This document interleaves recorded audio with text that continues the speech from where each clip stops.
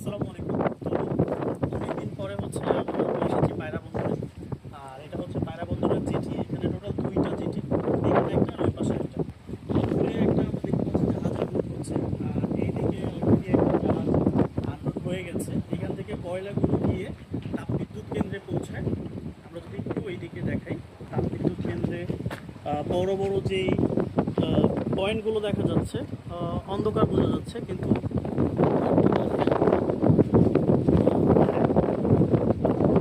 ওইখানে যায় কয়লাগুলো এখানে আসে। কিন্তু এই জায়গার যে ওয়েদারটা, আমি অনেকদিন ধরে এখানে আসছি, এই জায়গায় আমি যতবার আসছি আশেপাশে এই জায়গাটা যে ভাষায় প্রকাশ করা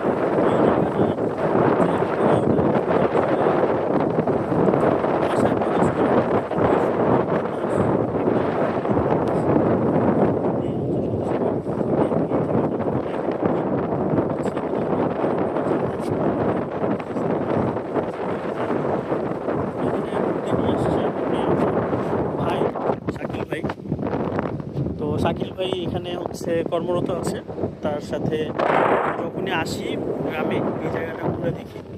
জায়গাটা আসলে খুবই সুন্দর, যা ভাষায় প্রকাশ করার মতো না। অন্ধকারের জন্য অনেকটা দেখা যাচ্ছে না, কিন্তু আসলে এই জায়গায় আমি যতবারই আসি এই জায়গাটা মিস করি। ঢাকায় গেলেও এই জায়গাটা মিস করি। আমার কাছে অনেকটা যে বাতাস, এটা অনেকটা কক্সবাজারের একটা ফিল দেয় আমাকে। এই যে এই জাহাজটা হচ্ছে আনলোড হয়ে গেছে অলরেডি। আর এই পাশে যদি দেখি, এখানে জাহাজ আনলোড হচ্ছে, এই জাহাজটা আনলোড করা হচ্ছে। আনলোড হয়ে এগুলো হচ্ছে সব চলে যাবে হচ্ছে কয়লার খনিতে। এই যে এখান থেকে হচ্ছে কয়লা পুড়ে ধোঁয়া বেরোচ্ছে।